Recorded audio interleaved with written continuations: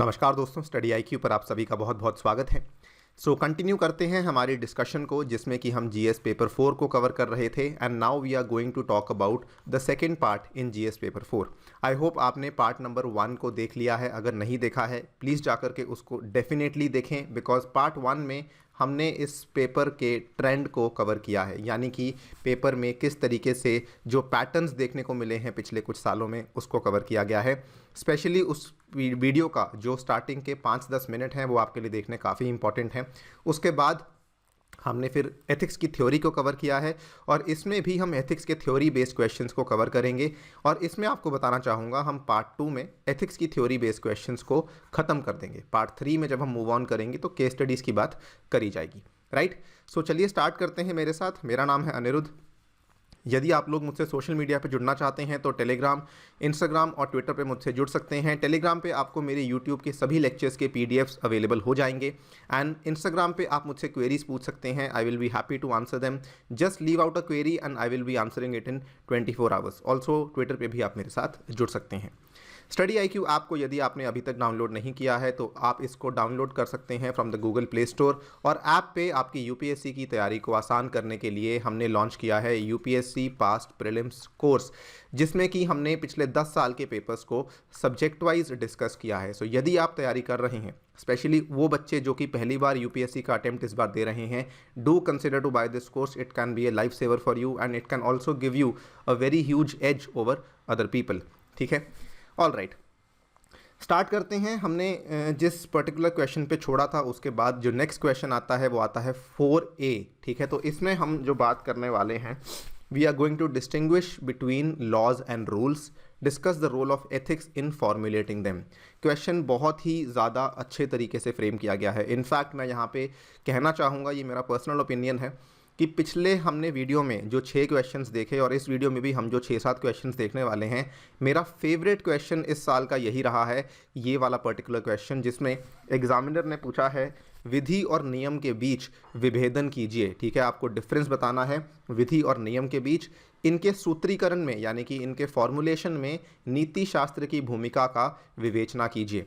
तो 3 important keywords हैं इस पर्टिकुलर क्वेश्चन में। पहला इंपॉर्टेंट कीवर्ड है लॉज, दूसरा इंपॉर्टेंट कीवर्ड है रूल्स एंड तीसरा इंपॉर्टेंट कीवर्ड है एथिक्स। सो सबसे पहले वाला जो पार्ट है, देखिए अप्रोच तो काफ़ी सिंपल है। अप्रोच में आई डोंट थिंक सो कि आपको बिल्कुल भी चिंता होनी चाहिए। सबसे पहले आपको लॉज और रूल्स को डिफाइन करना होगा कि नियम और विधि बेसिकली क्या होते हैं। उसके बाद आपको जो क्वेश्चन का पहला पार्ट है उसको एड्रेस करना होगा, डिस्टिंग्विश यानी कि विभेदना करनी होगी between the two in respect of various dimensions. And ये वाले जो हम बहुत सारे इसके पहलू कवर करेंगे, इसी वजह से ये मेरा फेवरेट क्वेश्चन है इस साल का। And third and the final part में हम बात करेंगे the role of ethics in law making, की असल में नीति शास्त्र की क्या भूमिका रहती है जिसकी वजह से वो लॉ मेकिंग में काम आता है या फिर रूल मेकिंग में काम आता है। सो चलिए स्टार्ट करते हैं। देखिए, laws and rules both form the linchpin that govern the society. बिल्कुल सही बात है। ये लॉज और रूल्स जो होते हैं दोनों ही एक तरीके से किसी भी समाज के लिए उसकी नींव होती हैं। अगर लॉज और रूल्स ना हो, इमेजिन कीजिए उस समाज में क्या होगा। अंग्रेज़ी में एक शब्द होता है जिसको कहा जाता है एनार्की। सो उस समाज में एनार्की आ जाएगी, यानी कि कंप्लीटली लॉलेसनेस आ जाएगी। कोई किसी की बात नहीं सुनेगा, जिसका जो मन आएगा वो वैसा ही करना चाहेगा। Now even though they are used interchangeably, there is a considerable difference between both। यहाँ पे आपने बता दिया कि लॉज और रूल्स जो हैं वो एक समाज के लिए नींव की तरह काम करते हैं। और इवन दो लोग कई बार इसको इंटरचेंजेबली यूज़ करते हैं। मान लीजिए कोई इंसान यहाँ पे कोई इलीगल काम कर रहा है, राइट, तो उसको कुछ लोग बोलेंगे कि जो तुम कर रहे हो वो गैर कानूनी है। कुछ इंसान बोलेंगे जो तुम कर रहे हो ये नियमों के खिलाफ है। तो दोनों ही चीज़ें कई बार लोग बोलते हैं, लेकिन आपको मालूम होना चाहिए कि दोनों ही चीज़ों में असल में काफ़ी फ़र्क होता है। इनफैक्ट अगर आप देखें, हम सेकंड पार्ट की बात करेंगे, लेकिन उसके पहले मैं आपसे कुछ चर्चा करना चाहता हूं। अगर आप देखें कोई भी जो लॉ होता है, लॉ का एक पूरा प्रोसेस होता है, राइट। लॉ सबसे पहले क्या होता है, before becoming a law it is a bill. Bill के बाद उसके ऊपर डिस्कशन होती है पार्लियामेंट में। उस डिस्कशन के बाद, डेलिब्रेशन के बाद जब बातचीत हो जाती है तब उसको लॉ में कन्वर्ट कर दिया जाता है, राइट। उसके बाद प्रेसिडेंट का असेंट मिलता है, फिर उसको लॉ बना दिया जाता है, वो एक्ट बन जाता है। लेकिन जो रूल्स होते हैं ये आपने कई बार देखे होंगे, किसी लॉ को लागू करने के लिए रूल्स बनाए जाते हैं, राइट। सो किसी भी लॉ को लागू करने के लिए नियम बनाए जाते हैं। अब जो लॉ है उसका एंटायरली प्रोसीजर अलग है और जो रूल्स हैं उसका प्रोसीजर एंटायरली अलग है, तो ऑब्वियसली दोनों में बिल्कुल भी सिमिलैरिटीज़ नहीं है। इसी चीज़ का आपको यहाँ पे जिक्र करना है। The main difference between rules and laws are the following. सबसे पहले आपको बताना होगा कि इनका सिग्निफिकेंस की बात करें, वैसे तो while both laws and rules are developed to invoke a sense of order, fair play and safety, the weight of a law is much heavier than the weight of a rule. Obviously अगर आप किसी नियम का उल्लंघन करते हैं तो उतनी बड़ी सज़ा नहीं होती, लेकिन अगर आप किसी कानून का उल्लंघन करते हैं तो गारंटेड कुछ ना कुछ सज़ा दी जाती है। आपको मालूम होगा किसी भी कानून में कहा जाता है कि इसमें इम्प्रिजनमेंट हो सकती है, इसमें आपको इतना जुर्माना भरना पड़ सकता है अगर आपने इसकी पालना नहीं करी। नियम के केस में क्या होता है, नियम के केस में आपको वो वाला महकमा या वो वाला विभाग बोलेगा कोई बात नहीं, अगर आपने नियम को फॉलो नहीं किया तो इसके अलावा आप ये भी कर सकते थे या फिर ये भी आप कर सकते हैं, राइट। लेकिन लॉ के केस में अगर आपने एक बार गलती कर दी है तो उस केस में उसको वापस आप ठीक नहीं कर सकते हैं, उसके लिए आपको जो हर्जाना है वो भरना ही होगा या उसके लिए जो सज़ा है वो काटनी ही होगी। तो ये है इन सिग्निफिकेंस। इन कॉन्सिक्वेंस यानी कि नतीजा क्या होता है, laws are like the legal version of rules, बिल्कुल सही बात है। When a rule is broken consequences tend to be uncomfortable but mild in comparison to the breaking of a law. Similar बात है कि इसका जो वेट है वो ज़्यादा है, ऑब्वियसली एक कानून का वेट ज़्यादा होता है। इसका मतलब अगर आप कानून की उल्लंघना करेंगे या कानून को तोड़ेंगे तो ऑब्वियसली आपको ज़्यादा बड़ा हर्जाना, ज़्यादा बड़ी भरपाई करनी पड़ सकती है। सिमिलरली एनैक्टमेंट की बात करते हैं, एनैक्टमेंट में भी टोटली अलग है। मैंने आपको बताया कि पहले ये बिल होता है फिर लॉ बनता है, ये वाला पार्ट जो है आपके लॉ वाला है।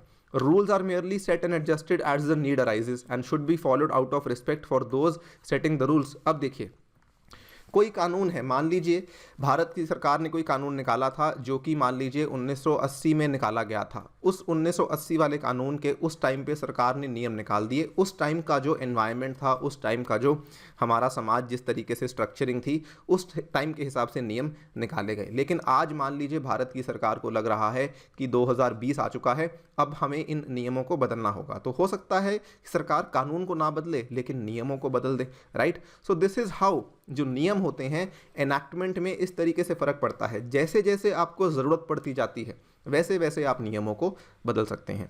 तो देखिए हमने सिग्निफिकेंस की बात करी, कॉन्सिक्वेंस की बात करी, एनैक्टमेंट की बात करी। फ्लेक्सिबिलिटी के केस में भी हम वही बात करेंगे। लॉज जो हैं वो फ्लेक्सिबल नहीं होते हैं लेकिन नियम जो हैं वो फ्लेक्सिबल होते हैं, यानी कि नियमों को बदला जा सकता है। जैसे मैंने बताया एनैक्टमेंट के केस में सरकार को 2020 में लगा कि हाँ ठीक है हम नियम को बदल देते हैं। तो क्यों लगा, बिकॉज कंडीशंस ऐसी क्रिएट हो चुकी थी, लेकिन लॉ को बदलने की आवश्यकता नहीं थी। तो कहीं ना कहीं ये बताता है कि लॉ को बदलना वैसे भी मुश्किल काम है, क्योंकि आपको कंप्लीटली अमेंडमेंट पास करवानी होगी, पार्लियामेंट में जाना होगा, सब कुछ करना होगा। लेकिन नियम के केस में ऐसा नहीं है, आप सिंपली एक नोटिफिकेशन देके बता सकते हैं कि इसके जो नियम थे इसमें ये बदलाव लाए गए हैं, राइट। सो फ्लेक्सिबिलिटी में भी फ़र्क है। सिमिलरली रोल में भी बहुत फ़र्क होता है। ये पॉइंट भी बड़ा अच्छा पॉइंट है। Rules help us to learn to prepare for living in society. As youngsters we tend to learn that there are rules about hitting, stealing, lying and being wasteful. As young adults we are held accountable for these rules by becoming law abiding citizens, ठीक है ना। तो कहीं ना कहीं जो आपको school में या फिर आपके घर पे आपको नियम बताए जाते हैं वो आगे जाके आपको लॉ अबाइडिंग सिटीजन्स बनने में हेल्प करते हैं कि आप जो हैं एक देश के ऐसे नागरिक हैं जो कानून की पालना करते हैं, कानून को मानते हैं। Laws are not meant to set teaching boundaries but are there to be enforced and are punishable by imprisonment and even death if they are broken, right. तो नियम ये सिखाता है आपको कि आपको ये नहीं करना। धीरे धीरे वही नियम आपको बता दिया जाता है कि ये कानून है। अगर आपको किसी बच्चे के दिमाग में इंप्रेशन डालना है, उसको कानून समझाना मुश्किल है लेकिन उसको नियम समझाने आसान है। उसको ये बताना आसान है कि किसी से चोरी करना गलत है, झूठ बोलना गलत है। अगर आप उसको ये बोलेंगे कि अगर आप चोरी करेंगे तो आपको पुलिस लेके चली जाएगी, तो वो समझाना उसको मुश्किल है। धीरे धीरे वो उसी जो चीज़ को आगे जाके समझता रहेगा और शायद लॉ अबाइडिंग सिटीजन बनने में कामयाब हो पाएगा। सो ये तरीके से आपको बताना था। हालांकि मैंने थोड़ा सा इस चीज़ को एक्सटेंसिवली कवर किया है, दैट इज़ डेलिब्रेट, क्योंकि क्वेश्चन बहुत अच्छा था और मुझे लगता है कि आगे जाके दोबारा से ऐसा सवाल पूछा जा सकता है। But it was my particular intention कि मैं आपको डिटेल में बताऊं कि लॉज और रूल्स में क्या फ़र्क होता है।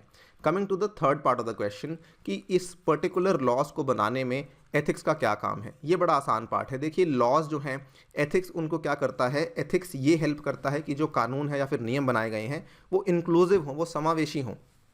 अब आपने कोई कानून बनाया, सरकार ने कानून बनाया, तो सरकार कहीं ऐसा ना करे कि भारत के केवल एक समुदाय को लेकर कानून बना दे, कहीं वो ये गलती ना कर दे कि जो पिछड़े हुए लोग हैं या फिर जो गरीब लोग हैं उनको इंक्लूड ना करें।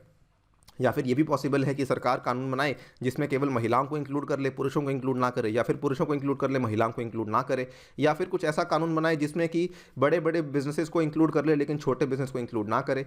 तो ये एथिक्स का बहुत बड़ी भूमिका रहती है इस चीज़ को इंश्योर करने के लिए कि लॉज जो हैं वो इंक्लूसिव हैं, और ये आपको हर एक तरह में देखने को मिल जाता है। ठीक है, तो मैंने आपको एग्जाम्पल दिए, it can B caste based, it can B class based, it can B gender based, it can B economy based. कई तरह के एग्जाम्पल्स हैं कि सरकार जिस भी तरह का कानून बनाता है इन सभी चीज़ों का उसे इंक्लूसिवनेस इंश्योर करना ज़रूरी है ताकि कहीं कोई ऐसी वैसी बात ना हो जाए। सिमिलरली अपहोल्डिंग दी एथिकल प्रिंसिपल्स, जो एथिक्स है उसके कई सारे प्रिंसिपल्स होते हैं जैसे कि जस्टिस है, फेयरनेस है, इक्विटी है, और भी आपको बता सकता हूँ आपने जो foundational values of ethical civil servants में पढ़ा होगा, कंपैशन है, राइट, उसके बाद कमिटमेंट टू पब्लिक सर्विस है। ये सब चीज़ें एथिक्स ने बताई हैं आपको, तभी आप उन चीज़ों को कानून में इंक्लूड कर पाते हैं। इनफैक्ट जो सेकेंड ARC है वो भी तो यही कहती है ना कि आपको जो एथिकल प्रिंसिपल्स हैं उनको किस तरीके से लीगली बाइंडिंग करना ज़रूरी है, किस तरीके से कोड ऑफ कंडक्ट में ऐड करना ज़रूरी है, किस तरीके से कोड ऑफ कंडक्ट के साथ साथ आपको सिविल सर्वेंट्स के लिए कोड ऑफ एथिक्स लाना ज़रूरी है। तो ये वही बातें हैं कि जो लॉज फॉर्मुलेट करने में एथिक्स की असल में काफ़ी बड़ी भूमिका रहती है। वहीं पे अगर आप देखें, एथिक्स ही है जो कि लॉज में फ्लेक्सिबिलिटी लाता है। कानून हो सकता है ये कहे कि नहीं हमें तो रिजिड होना है, हमें तो कट्टर होना है, लेकिन एथिक्स ये कहे जी नहीं, हमें थोड़ा सा फ्लेक्सिबल होना भी ज़रूरी है, बिकॉज हमें समाज के हर एक तरह के सेक्शन ऑफ सोसाइटी को केटर करना है। और यही चीज़ आती है आपका कंपैशन। एथिक्स है जो आपको सिखाता है कि एम्पैथी हमें देनी है। अब मान लीजिए कानून ये कहता है कि हम हर एक इंसान को बराबर देखेंगे, यानी कि आपने इक्वालिटी के हिसाब से ये सोच लिया एथिक्स ने कि हम हर एक इंसान को बराबर देखेंगे, लेकिन फिर एथिक्स ये बोलता है कि जो गरीब लोग हैं उनको कहीं ना कहीं आरक्षण की आवश्यकता है, जो शेड्यूल कास्ट लोग हैं या OBC लोग हैं उनको आरक्षण की आवश्यकता है।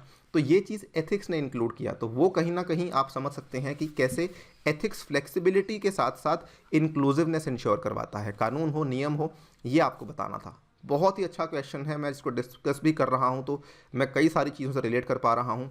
मैं भी सोचता हूँ कि आप उन चीज़ों से रिलेट कर पाएँ, किस तरीके से एथिक्स बहुत बड़ी भूमिका निभाता है in order to formulate the laws. I hope ये पार्ट क्लियर है। काफ़ी इंटरेस्टिंग, काफ़ी अच्छा क्वेश्चन है, दोबारा भी इसके पूछे जाने की पूरी संभावना बनती है। Coming to the next question, ये क्वेश्चन काफ़ी आसान क्वेश्चन है। A positive attitude is considered to be an essential characteristic of a civil servant who is often required to function under extreme stress. What contributes to a positive attitude in a person? बड़ा अच्छा सवाल है ये भी।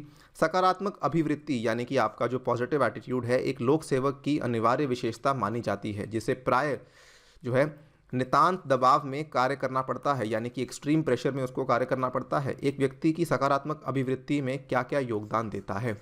तो आपसे क्या पूछा गया है ना, देखिए क्वेश्चन सिर्फ एक ही है, ये स्टार्टिंग वाला तो केवल स्टेटमेंट है, आपसे इसके बारे में तो कुछ पूछा ही नहीं गया कि आपको इसको डिस्कस करना है, जस्टिफाई करना है, बिल्कुल नहीं पूछा गया। ये तो आप केवल आपको एक उदाहरण दिया गया है कि अगर पॉजिटिव एटीट्यूड हो तो वो एक बहुत इंपॉर्टेंट कैरेक्टरिस्टिक माना जाता है, क्योंकि वो कहीं ना कहीं उस जनसेवक को कहीं ना कहीं उसको एक्सट्रीम स्ट्रेस में काम करने में मददगार होता है। बिल्कुल सही बात है। नाउ द सेकेंड पार्ट में आपको सवाल पूछा गया है, what contributes to a positive attitude of a person.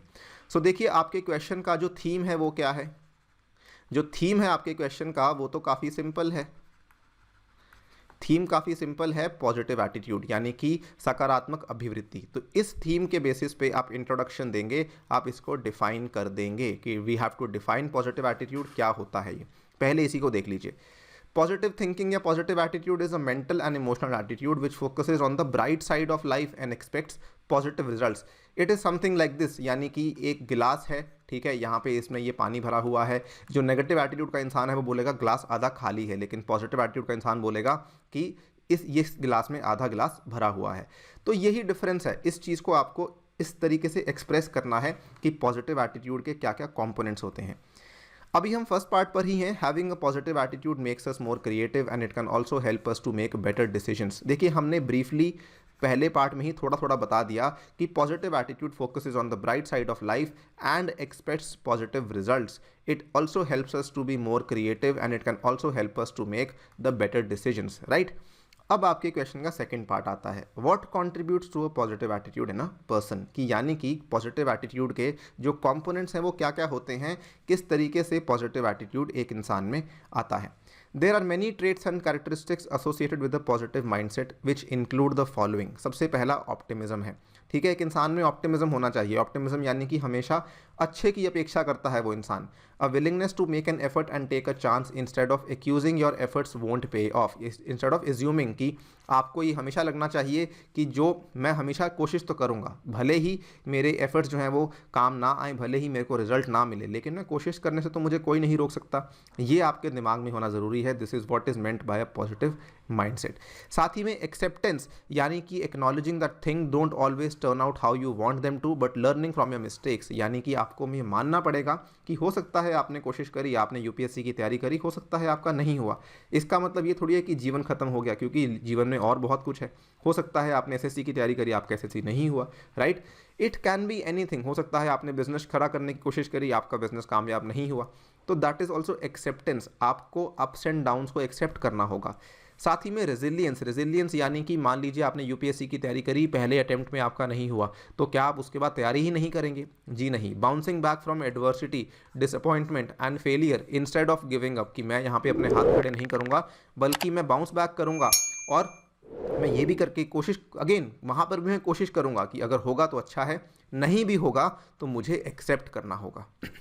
ये जो तीन चीज़ें हैं ना, ये कहीं ना कहीं हर एक इंसान अगर इसको इम्बाइब कर ले तो मैं समझता हूँ कि इंडिया का जो ग्रॉस हैप्पीनेस इंडेक्स है वो काफ़ी बेहतर हो सकता है, राइट। अगर फर्दर बात करें, ग्रैटिट्यूड, यानी कि आपको हमेशा you have to be thankful, actively continuously appreciating the good things in your life. कई लोग क्या होते हैं, वो समझते हैं कि उनको खाना मिल रहा है, उनको रहने को घर मिल रहा है, तो ये बड़ी कॉमन सी बात है, लेकिन ऐसा नहीं है। अगर भारत आपके लिए बहुत अच्छा उदाहरण है। भारत में क्या है, इतनी असमानता है, इतनी गरीबी है। आप कहीं पर भी अगर बाहर जाके देखेंगे, आपको रियलाइज़ होगा कि जो चीज़ें आपको मिल रही हैं वो इस पर्टिकुलर शहर में, इस पर्टिकुलर देश में बहुत लोगों को नहीं मिल रही हैं। तो आपको हमेशा ग्रैटिट्यूस होना चाहिए, आपको हमेशा थैंकफुल होना चाहिए। साथ ही में कॉन्शियसनेस या फिर mindfulness, dedicating the mind to conscious awareness and enhancing the ability to focus, ठीक है। माइंडफुलनेस, इसको आप और आसान तरीके से समझ सकते हैं। कॉन्शियसनेस, माइंडफुलनेस को जो नॉर्मली वर्ड्स इस्तेमाल किए जाते हैं, that is presence of mind,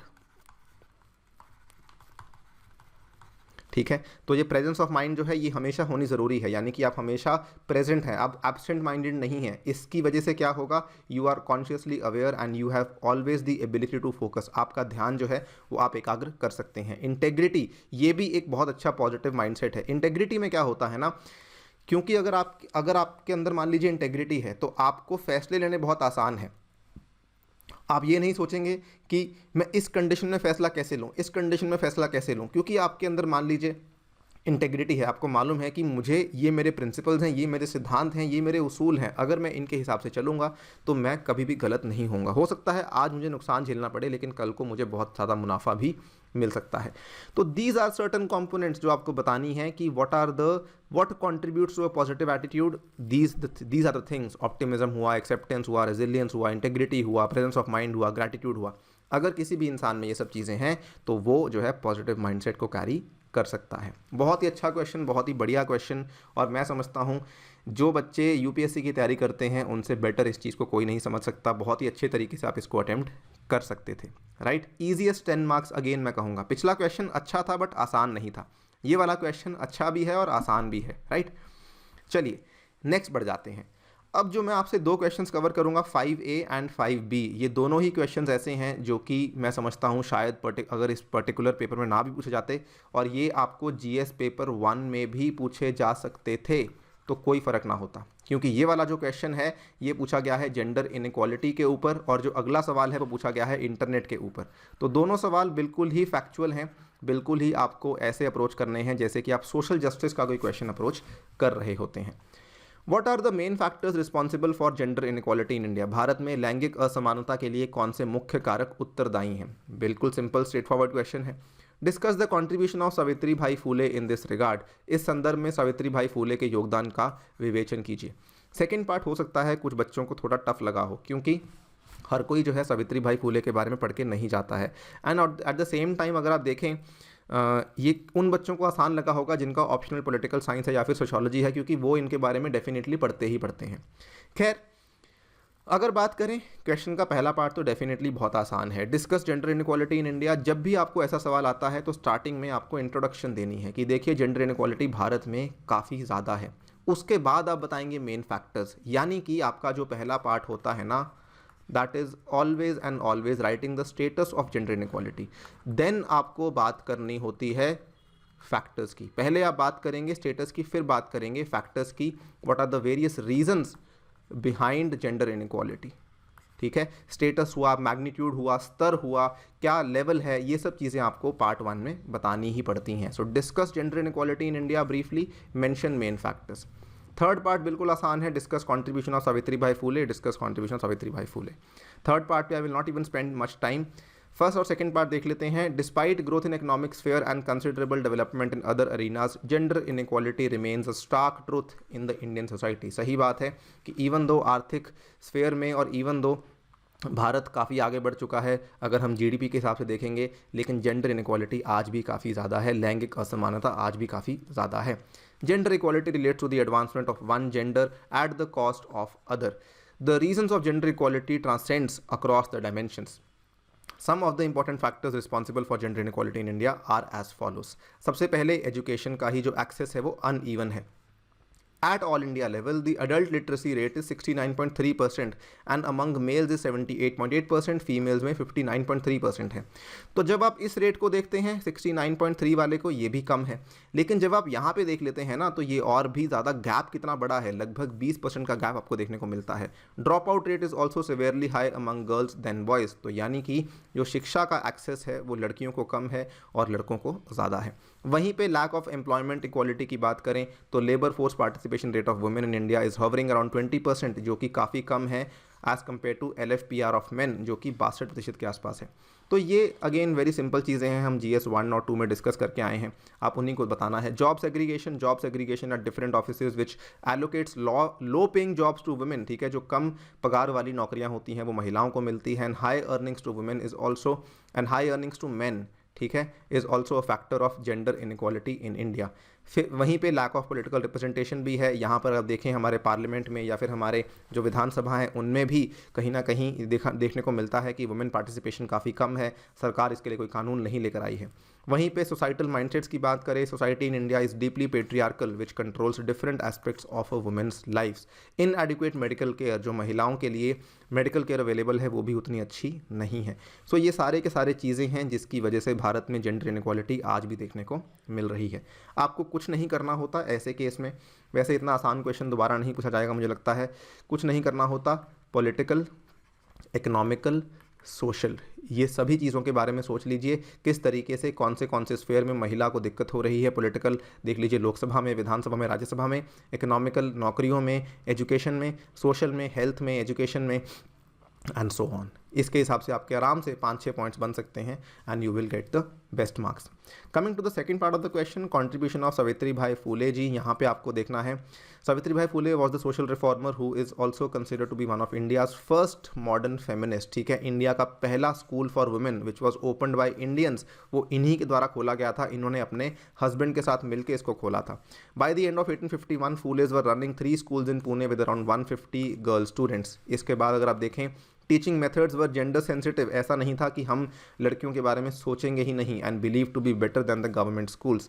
number of girls enrolled in Phule school outnumber that of the boys in the government schools. यानी कि इन्होंने इतनी ज़्यादा एनरोलमेंट करवा दी थी लड़कियों की कि इतने लड़के भी देखने को नहीं मिलते थे सरकारी स्कूलों में।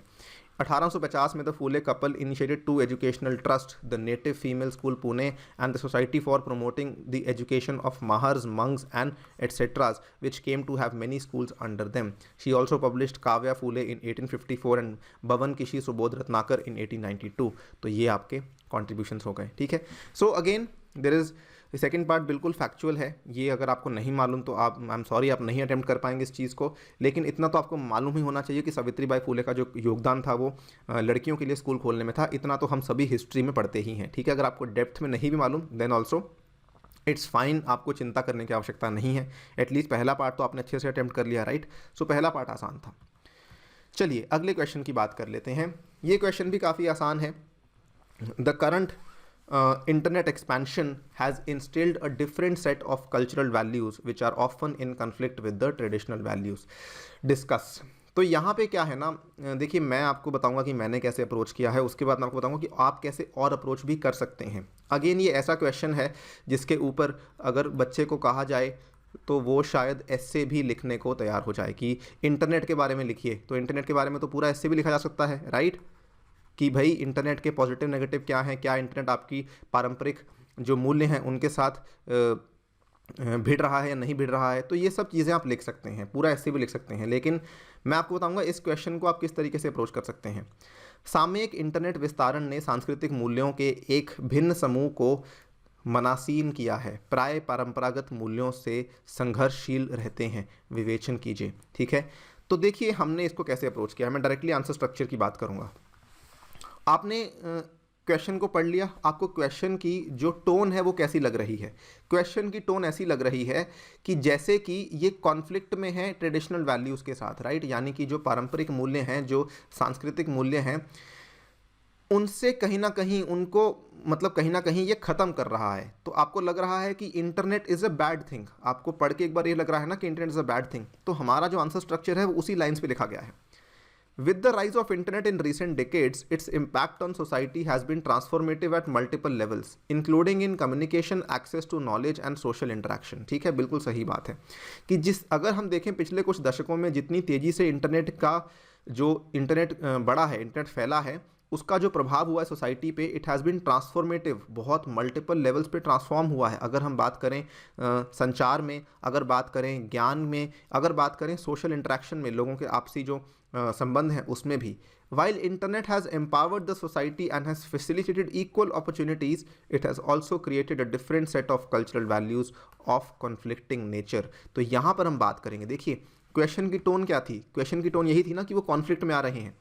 तो इवन दो इंटरनेट ने समाज के कई सारे जो वर्ग हैं उनको सशक्त बनाया है और कई सारे लोगों को ऐसे मौके दिए हैं, लेकिन एट द सेम टाइम इसकी वजह से एक different set of cultural values खड़ा हो चुका है जो कि ट्रेडिशनल वैल्यूज से कॉन्फ्लिक्ट में है। प्रॉब्लम्स क्या क्या हैं? नंबर वन प्रॉब्लम की बात करें तो number one problem is digital divide. अब आप देखिए कई सारे बच्चे हैं जो ऑनलाइन एजुकेशन का फ़ायदा नहीं उठा पा रहे हैं। कोविड-19 में भी उनकी पढ़ाई नहीं चल पाई, स्कूल बंद थे, ऑनलाइन इंटरनेट उनके पास अवेलेबल नहीं था। Connectivity is growing fast but some places are not doing as well as others. Access is not as simple as giving people connection to the internet. ठीक है, the increasing divide has created significant gaps in cultural values from one region to the another. बिल्कुल सही बात है। आपके पास internet है, आप इस क्लास को देख पा रहे हैं, आप यूट्यूब पे देख पा रहे हैं चीज़ों को, आप ऐप डाउनलोड कर पा रहे हैं, इसकी वजह से आपकी जो कल्चरल वैल्यूज़ हैं वो बदल रही हैं, लेकिन किसी और की कल्चरल वैल्यूज़ उस हिसाब से विकसित ही नहीं हो रही हैं। तो ये फ़र्क है। सेकेंड बात करें impact of globalization. The internet has strengthened the globalization process. बिल्कुल सही बात है, जो वैश्वीकरण की पूरी प्रक्रिया थी, इंटरनेट ने उसको बहुत मजबूत बनाया है। Exchange of cross cultural values has helped evolve cultural values which are in conflict of traditional values. For example clothing है, बिहेवियरल है। ठीक है, एक इंसान अपने माँ बाप से कैसे बात करता है, एक इंसान अपने से बड़ी उम्र के लोगों से कैसे बात करता है, एक इंसान गरीबों को कैसे देखता है, एक इंसान कपड़े कैसे पहनता है, एक इंसान खाता पीता कैसे है। अब क्या हो रहा है, इंटरनेट की वजह से आप अपने घर पे खाना मंगवा सकते हैं। अभी क्या है, मान लीजिए आपकी घर पे लड़ाई हुई, आपने मम्मा को बोला कि मैं खाना नहीं खाऊंगा। ठीक है, आपकी उस पहले क्या होता था कि माँ आपको मनाती थी, अब माँ समझती है कि ठीक है अब नहीं खाएगा तो बाहर से मंगवा लेगा, स्विगी से मंगवा लेगा, जोमेटो से मंगवा लेगा। तो ये क्या है, ये कहीं ना कहीं ट्रेडिशनल वैल्यू क्या थी कि जब लड़ाई होती थी तो उसको रिजॉल्व करने के लिए बातचीत होती थी, तो कहीं ना कहीं वो एक रेजोल्यूशन प्रोसेस अब खत्म हो चुका है। अब क्या है, थोड़ा सा चीज़ें बदल गई हैं। तो ये सारे एग्जाम्पल्स आप दे सकते हैं। The role of the state, the appropriate role of the state in an increasingly globalised but simultaneously fragmented world has changed. Even though जो आपका दुनिया है, जो विश्व है, वो कहीं ना कहीं बहुत ज़्यादा ग्लोबल हो चुका है, लेकिन at the same time role of the state है वो बदल चुका है, राइट। अब लोग अपनी सरकार को इतना मानते ही नहीं हैं। अगर आप देखें इतने देश हैं जहाँ पे दंगे हुए हैं इस साल, तो 2020 तो it was very shocking. Some of the most developed countries in the world, Sweden हुआ, फिनलैंड हुआ, ऐसे देश हैं जहां पर कभी भी आपको कोई ख़राब खबर नज़र आती ही नहीं थी। इन देशों में भी 2020 में दंगे हुए हैं। उसके बाद इस साल तो थाईलैंड में, कज़ाकिस्तान में, ना जाने कहाँ कहाँ दंगे देखने को मिले हैं। तो the role of the state has changed, और यहाँ पर कहीं ना कहीं ये माना भी जाता है कि इंटरनेट की वजह से जो आपसी डिफरेंसेस थे वो बढ़ चुके हैं, राइट। इंटरनेट की वजह से लोग हेट फैलाते हैं, लोग जो हैं गुस्सा फैलाते हैं, लोग एंगर फैलाते हैं। सोशल ट्रेंड्स बदल चुके हैं। The changing social trends which include love marriages हुआ, न्यूक्लियर फैमिलीज हुआ, ignorance towards older members of the family are direct outcomes of rapidly expanding internet. तो देखिए, हमने जो पूरा का पूरा स्टैंस लिया है ना, वो ये लिया है कि हमने इंटरनेट की निंदा करी है, हमने इंटरनेट की ख़राब बातें बताई हैं। लेकिन मैं आपको बताना चाहूँगा, अगर आप चाहें तो थोड़े बहुत पॉइंट्स दूसरे भी दे सकते हैं कि इंटरनेट की वजह से एक नई सेट ऑफ कल्चरल वैल्यूज़ आई हैं जो कि कॉन्फ्लिक्ट में तो हैं लेकिन बुरी नहीं है, ठीक है। इंटरनेट की वजह से क्या हुआ है कि इवन दो ट्रेडिशनल वैल्यूज़, अब जैसे फॉर एग्जांपल मान लीजिए आपके घर पे 10 मेंबर आ जाते हैं, तो पहले क्या होता था कि आपके घर पे मेंबर्स, उन 10 मेंबर्स के लिए आपको खाना बनाना पड़ेगा। लेकिन आपने ये सोचा कि उस 10 मेंबर के खाना बनाने के लिए आपके घर पे जो महिलाएं हैं, आपके घर पे जो खाना बनाने वाले लोग हैं, उनको कितनी तकलीफ होगी। आज इंटरनेट क्या बोलता है कि 10 मेंबर आ रहे हैं तो बाहर से खाना मंगवा लो आप, ताकि सब लोग मिलकर साथ में खाना खा सकें। तो कहीं ना कहीं ये कल्चरल वैल्यूज़ जो हैं नई पैदा ज़रूर हुई हैं, लेकिन ये भी तो देखिए साथ में बैठ के खाना खा पा रहे हैं, ठीक है। ये चीज़ का फ़ायदा है कि नहीं है। तो ये चीज़ें हैं जो कि आप बता सकते थे। ये चीज़ें मैंने इंक्लूड नहीं करी हैं क्योंकि 10 नंबर का ही क्वेश्चन था, लेकिन मैंने यहाँ पे 5-6 पॉइंट्स कवर कर लिए जो कि मैंने बताए नेगेटिव में। आप चाहें तो 3-4 पॉइंट्स पॉजिटिव, 1-2 पॉइंट्स नेगेटिव में बता सकते हैं। It will not hurt you. In fact मैंने कंक्लूजन में कवर किया है, although countries in the developing world understand that the internet can impose challenges on society, they still feel that internet is the powerful existing medium which can efficiently provide effective solutions to issues such as poverty, marginalisation and education. तो कई सारी चीज़ें ऐसी हैं जो आज internet ही जिनका समाधान आपको प्रोवाइड करवा रहा है। तो इस तरीके से आप कंक्लूजन दे दीजिए या फिर 1 या 2 पॉइंट बता दीजिए जहां पे आपको लगता है कि इंटरनेट का फ़ायदा भी हो रहा है, राइट। प्लीज़ मैं आपसे दोबारा कहूँगा, डिस्कस लिखा हुआ है तो कुछ ऐसा नहीं है कि आपको एक तरफ का वो साइड लेना है, क्योंकि ये क्वेश्चन ऐसा है जहाँ पे ओपन एंडेड है तो आप दोनों साइड्स ले सकते हैं। इट इज़ नॉट रॉन्ग, ठीक है। चलिए आगे बढ़ते हैं नेक्स्ट क्वेश्चन की तरफ। ऑल राइट, कोटेशंस कवर कर लेते हैं। कोटेशंस में देखिए कुछ खास अप्रोच नहीं होती है। हमने इनफैक्ट पहले भी जितनी बार भी एथिक्स को कवर किया है, कोटेशन में बेसिकली आपको 2 चीज़ें बतानी है। इवन दो हो सकता है एग्जामिनर आपसे पूछे या फिर ना पूछे, आपको 2 चीज़ें बतानी होती हैं और वही 2 चीज़ें आज भी वही 2 चीज़ें कांस्टेंट हैं। सबसे पहले तो आपको कोटेशन को एक्सप्लेन करना होता है। You have to explain the quotation in simple words. ये आपका पहला ऑब्जेक्टिव होना चाहिए। अगर आप एक्सप्लेन नहीं करेंगे और उसके बावजूद आप डायरेक्टली सेकंड पार्ट पे शिफ्ट कर जाते हैं, इसका मतलब एग्जामिनर को ये लगता है कि शायद बच्चे को कोटेशन समझ नहीं आई, वो सिर्फ कोशिश कर रहा है उसकी रेलेवेंस को समझाने के लिए। और सेकंड पार्ट में आपको उसकी रेलेवेंस को समझाना है, यानी कि उसकी अहमियत क्या है, और रेलेवेंस को भी समझाने के लिए आपको जो बेसिकली बताना है कि उसका प्रेजेंट टाइम्स में रेलेवेंस क्या है, ठीक है। और ये प्रेजेंट टाइम्स की रेलेवेंस समझाने के कई सारे तरीके होते हैं। I will come back to this, लेकिन दोबारा से सुन लीजिए। हम 3 कोटेशंस आपके साथ कवर करने वाले हैं। आपका पहला ऑब्जेक्टिव होना चाहिए कोटेशन को एक्सप्लेन करना इन सिंपल वर्ड्स। अगर आपके पास मान लीजिए 150 वर्ड्स हैं तो आप अप्रॉक्सीमेटली 50 to 60 वर्ड्स एक्सप्लेन करने के लिए ले सकते हैं, और बचे हुए 70 to 80 वर्ड्स या 80 to 100 वर्ड्स आपको उसकी रेलेवेंस समझाने के लिए एक्सप्लेन कर सकते हैं, ठीक है। अब रेलेवेंस की बात पे आते हैं। उसका आपको रेलेवेंस समझाना है प्रेजेंट टाइम्स में, यानी कि आज का जो वर्तमान स्थिति है इसमें इस पर्टिकुलर कोटेशन की क्या रेलेवेंस है। नाउ इवन दो ये कोटेशंस पहले किसी इतिहासकार ने या फिर किसी सोशल रिफॉर्मर ने, किसी अच्छे लीडर ने दिया होगा, स्वामी विवेकानंद है, मार्टिन लूथर किंग जूनियर हैं, महात्मा गांधी जी हैं, सोक्रेटिस हैं, या फिर कई बार अरिस्टोटल की कोटेशंस होती हैं, कभी किसी की होती हैं, ठीक है। किसी की भी कोटेशन आपको दी जा सकती है, लेकिन आपको बताना है कि इवन दो ये उस टाइम पे दी गई थी, लेकिन ये आज भी कहीं ना कहीं वैलिड है, कहीं ना कहीं रेलेवेंट हो सकती है, राइट। सो यहाँ पर आपको जब इसकी रेलेवेंस को समझाना है प्रेजेंट टाइम्स में, यहाँ पे आपके पास क्या क्या ऑप्शंस हैं। बच्चे क्या करते हैं, बच्चे प्रेजेंट टाइम्स की रेलेवेंस समझाते समय केवल ये सोचते हैं कि हमें तो रेलेवेंस समझानी है केवल सिविल सर्वेंट्स के पॉइंट ऑफ व्यू से, लेकिन ऐसा नहीं है। प्लीज़ अपने दायरे को सीमित ना रखें, आपके पास कई सारी ऑप्शंस हैं। हो सकता है कि ये वाली कोटेशन सिविल सर्वेंट से ज़्यादा रेलेवेंट किसी एनजीओ के ऊपर हो सकता है कि ये वाली जो कोटेशन है प्रेजेंट टाइम में एनजीओ से भी ज़्यादा रेलेवेंट किसी बिजनेस के ऊपर हो सकता है कि ये किसी नॉर्मल इंडिविजुअल के ऊपर हो, किसी आम आदमी के ऊपर ये कोटेशन लागू करती हो, ठीक है। तो कुछ भी चीज़ पॉसिबल है। It can be a civil servant, it can be a salaried person, it can be an NGO, it can be a business, it can be a business person, it can be an individual. आपको इन सभी point of view से सोचना है कि ये quotation किसके लिए वैलिड है, ठीक है। अपने दायरे को बढ़ाइए। आपको ये एज्यूम नहीं करना कि आप सिविल सर्वेंट हैं। ये एजम्पशन वाला काम सिविल सर्वेंट वाला आगे केस स्टडीज़ में होता है, जहाँ पे आपको बोल दिया जाता है कि you are a civil servant, ठीक है। आप उसके नज़रिए से सोचिए, वो आगे जाके काम होगा। यहाँ पर आपको केवल बताना है कि कोटेशन का रेलेवेंस क्या है, कोटेशन क्यों रेलेवेंट है।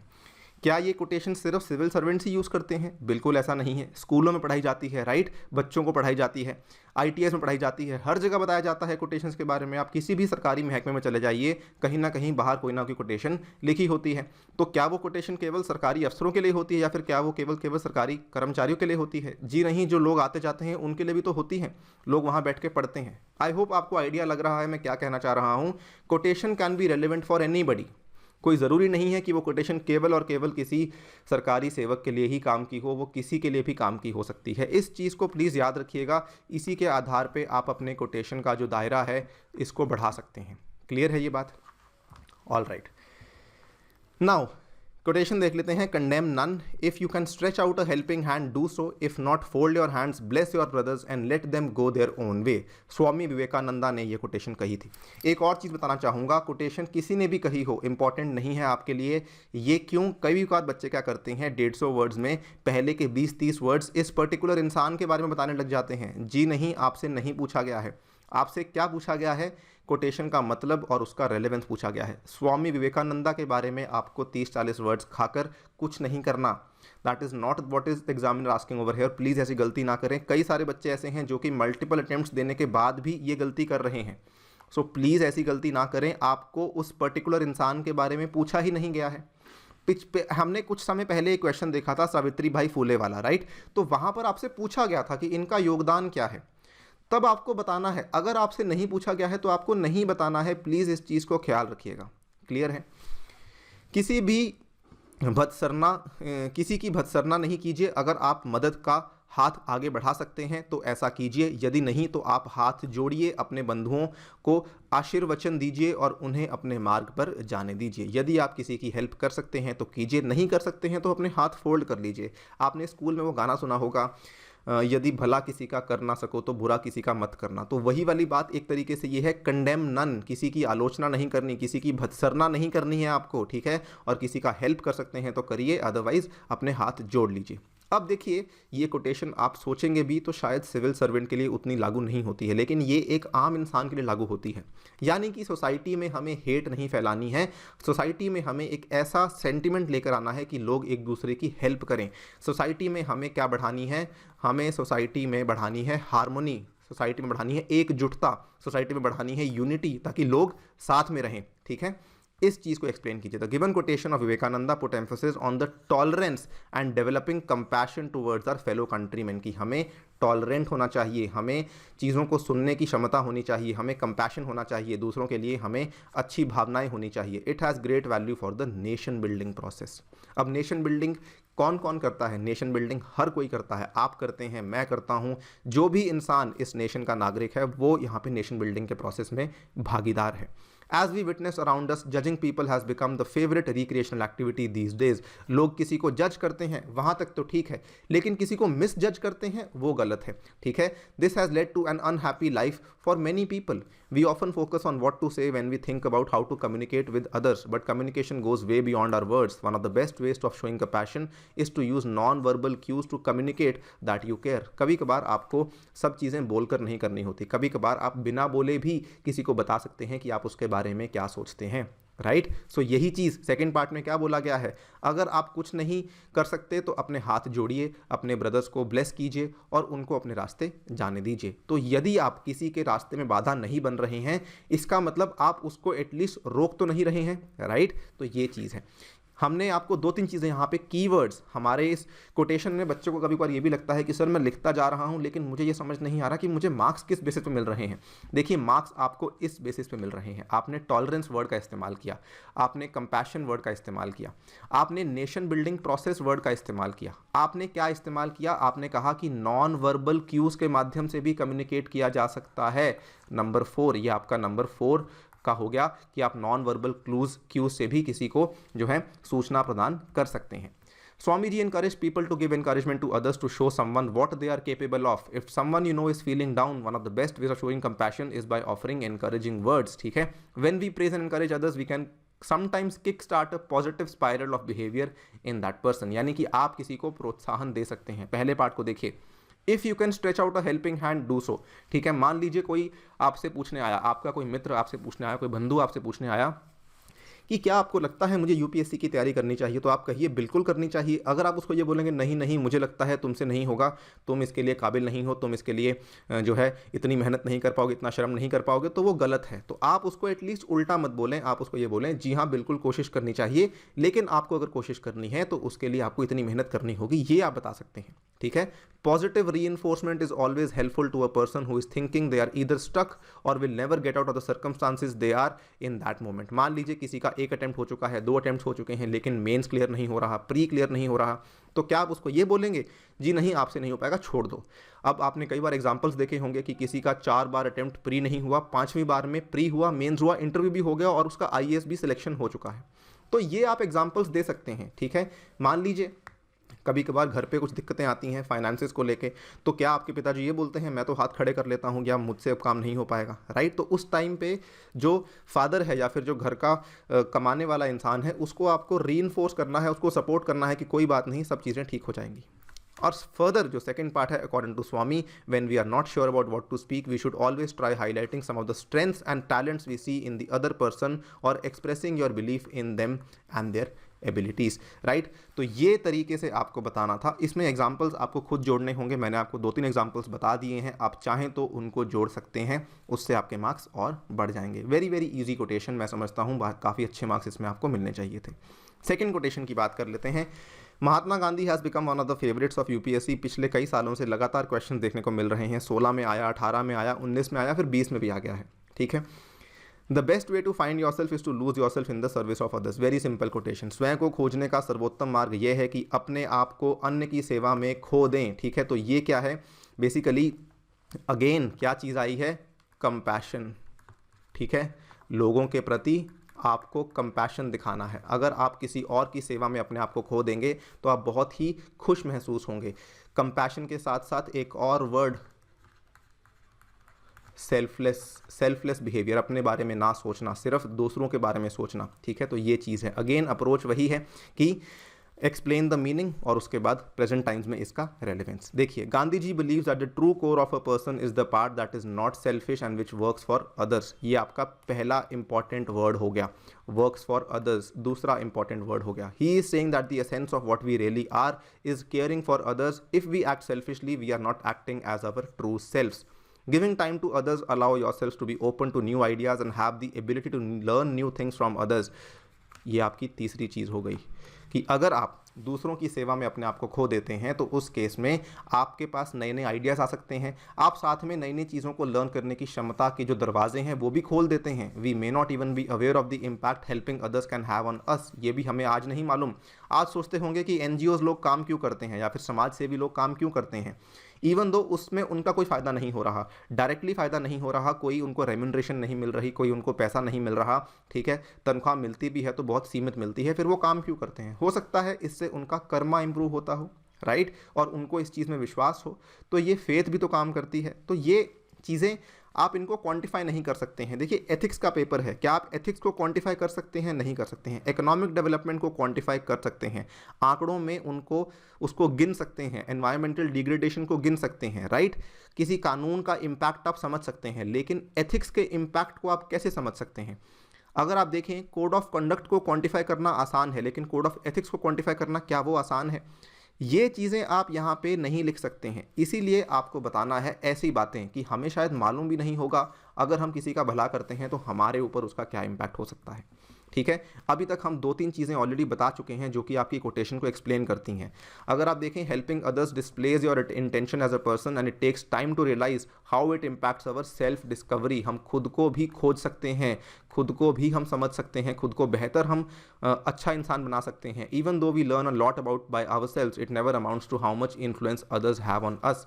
We as humans are constantly learning from others and furthermore teaching each other. There are n number of examples who could have become greatest only because they have lost themselves in the service to the others. देखिए example हमने दिया है mother Teresa का. Today she is revered globally. आज उनको बहुत विश्व में माना जाता है, केवल भारत में नहीं, यूएसए में, यूके में, कोई भी वेस्टर्न कंट्री हो, एक ऐसी ये सोशल सर्वेंट रहीं जिनका नाम कहीं पर भी आप जाके ले दीजिए, किसी भी स्कूल में, दुनिया के किसी भी स्कूल में, सभी लोग जान जाएंगे, अच्छा हाँ हमें मालूम मदर टेरेसा के बारे में. क्यों? Because of her selfless act towards the helpless poor patients. इन्होंने लेप्रेसी पेशेंट्स के साथ भी किसी तरह का भेदभाव नहीं किया, इन्होंने उसको वैसे ही ट्रीट किया. ठीक है. There are examples of people who have been empowering vulnerable sections by putting hard work and consistent efforts. During the process, they themselves evolve as better versions of themselves. They inculcate values like compassion, empathy, हाँ ये word काफ़ी important है, which help them to lead a happy and enriched life. देखिए हमने कितनी बातें कर दी. 3 points यहाँ पे कर दिए, चौथा पॉइंट यहाँ पे कर दिया, 5वां पॉइंट हमने एग्जाम्पल में दे दिया, 6ठा पॉइंट हमने बता दिया हैप्पी एंड एनरिच्ड लाइफ, और 7वां पॉइंट हमने बता दिया कि वल्नरेबल सेक्शंस की हेल्प करने की जो भावना आपके अंदर आती है वो तभी आएगी अगर आप सेल्फलेस हैं. ठीक है. इसमें आप किसका नाम ले सकते हैं? मलाला यूसुफज़ई का नाम ले सकते हैं. ठीक है. तो कई सारे एग्जाम्पल्स हैं जो कि आप दे सकते हैं. अगेन देखिए, मैंने कोई भी एग्जाम्पल सिविल सर्वेंट का नहीं दिया, लेकिन हमारे आंसर्स बहुत बेहतर हैं क्योंकि हमने उसमें इतने सारे विभिन्न तरह के पॉइंट्स को इंक्लूड किया है जो कि आपके आंसर को एनरिच करते हैं. आई होप आपको ये चीज़ें समझ आ रही हैं, तभी जाके आप कोटेशंस पे ऊपर अच्छी पकड़ बना सकते हैं. एक और चीज़ देख लीजिए, आपको लग रहा होगा कि सर इतने पॉइंट्स मेरे लिए लिखने मुश्किल हैं. कोई बात नहीं, पहला पॉइंट लिखना मुश्किल है, बिल्कुल मुश्किल नहीं है. आप बता सकते हैं कि कोटेशन का मतलब यह है कि हमें सेल्फिश नहीं होना चाहिए. चलिए मान लीजिए दूसरा पॉइंट आप नहीं सोच पाएंगे, आपको लग रहा है कि ये सब मैं नहीं लिख पाऊंगा. तीसरा पॉइंट लिखना मुश्किल है, नहीं मुश्किल. ये पॉइंट छोड़ दीजिए, ये आप नहीं लिख पाएंगे. ठीक है, कोई बात नहीं. 3 पॉइंट्स आपने ये 4 लाइनें लिख दी, मोर देन सफिशिएंट. उसके बाद ये भी आप पॉइंट छोड़ दीजिए, नहीं लिख पाएंगे, कोई बात नहीं. ये भी आप पॉइंट छोड़ दीजिए, नहीं लिख पाएंगे, कोई बात नहीं. लेकिन उसके बावजूद आप ये पॉइंट तो लिख पाएंगे ना कि आप दूसरों की सर्विस में अगर लूज़ करते हैं तो कई लोग ग्रेटेस्ट बन जाते हैं. मदर टेरेसा का एग्जाम्पल, उसके बाद ये एग्जाम्पल लिख सकते हैं. और ये तो मैंने आपको शुरुआत में ही बता दिया.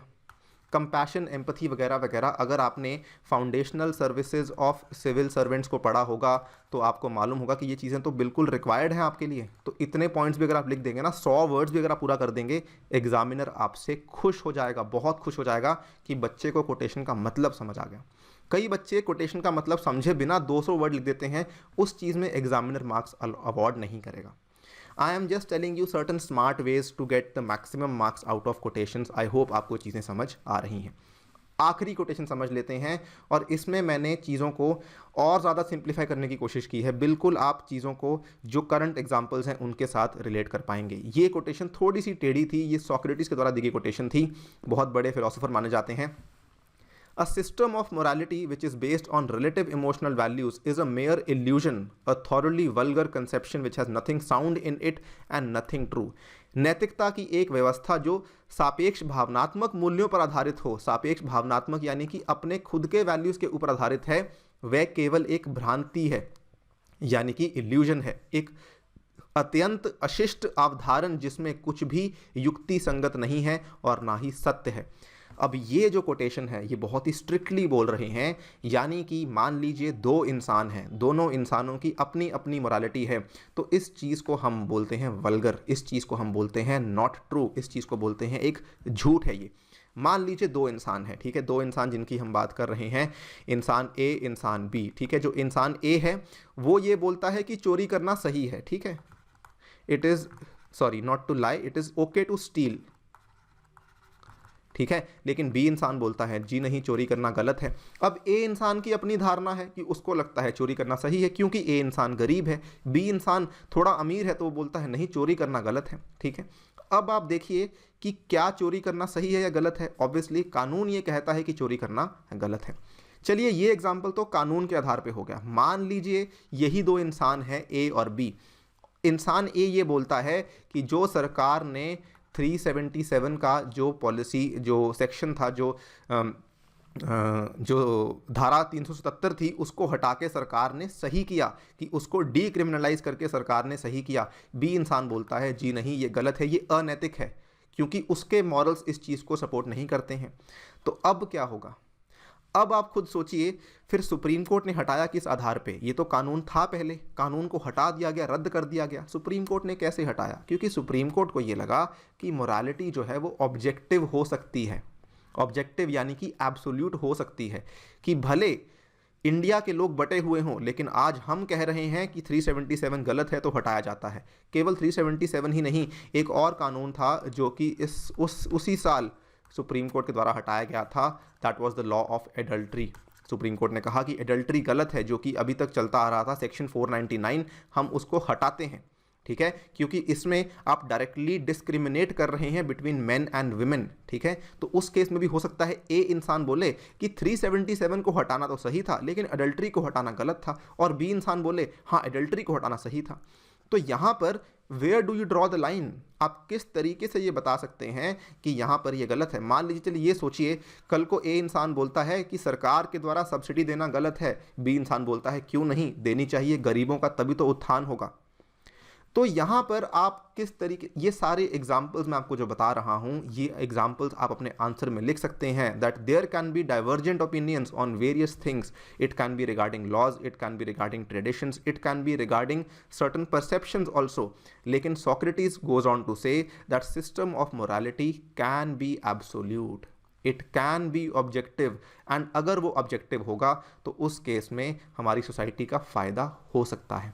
देखिए हमने क्या लिखा है, morality refers to the standards, आप पहले कोटेशन को एक्सप्लेन करेंगे। It refers to the set of standards that enable people to live cooperatively in group. It's what societies determine to be right and acceptable, but in substance morality is divergent to what people view as right और wrong and subjective to their standing. Obviously कि जो morality है वो divergent है to what people view as right और wrong, right, और लोग उसको क्या सोचते हैं, वो अपने हिसाब से सोचते हैं, राइट। अब कुछ लोग बोलते हैं कि लड़कियों का रात को घर से बाहर निकलना सही है, कुछ लोग बोलते हैं लड़कियों का घर से बाहर निकलना गलत है। अब आप देखिए ऐसे केसेस में क्या किया जाएगा।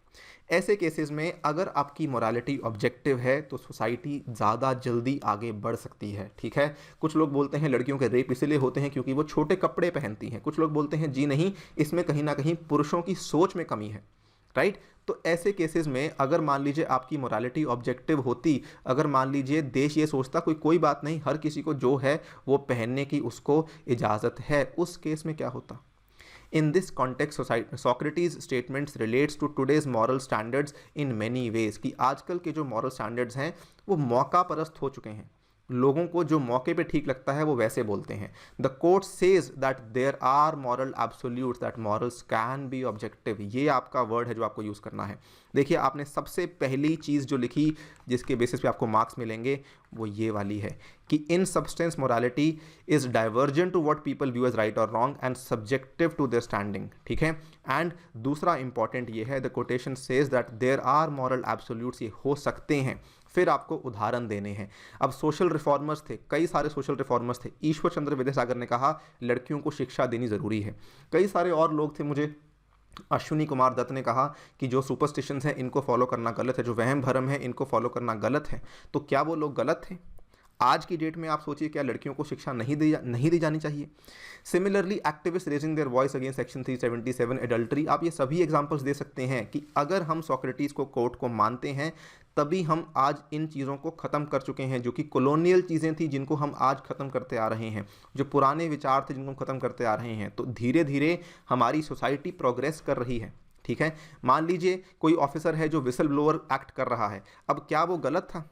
जी नहीं, गलत भी नहीं है, क्योंकि अगर आप देखें आज की डेट में सरकार उनके लिए कानून लेकर आया है। अगर कोई मान लीजिए ऑफिसर ब्राइब को मना कर रहा है तो क्या वो गलत है? बिल्कुल। वो हो सकता है कोई इंसान कहे कि इससे मेरा घर चलता है, कोई इंसान कहे कि ये तो नैतिकता के रूप से गलत है। तो एग्जाम्पल्स आप कोई भी दे सकते हैं, आपके पास लिमिटेशन नहीं है, लेकिन आपको ये एक्सप्लेन करना ज़रूरी है कि कोटेशन क्या कहना चाहती है। ठीक है, आई होप ये चीज़ें क्लियर हैं। अगर नहीं क्लियर मुझसे इंस्टाग्राम पे प्लीज़ पूछिए, I will be happy to answer them. इसी के साथ इस वीडियो को यहाँ पे समाप्त करते हैं। अगली वीडियो में कंटिन्यू करेंगे हमारे डिस्कशन को, जिसमें कि हम केस स्टडीज़ को डिस्कस करेंगे। The favourite part of ethics is still waiting for you. Until then stay tuned and stay safe.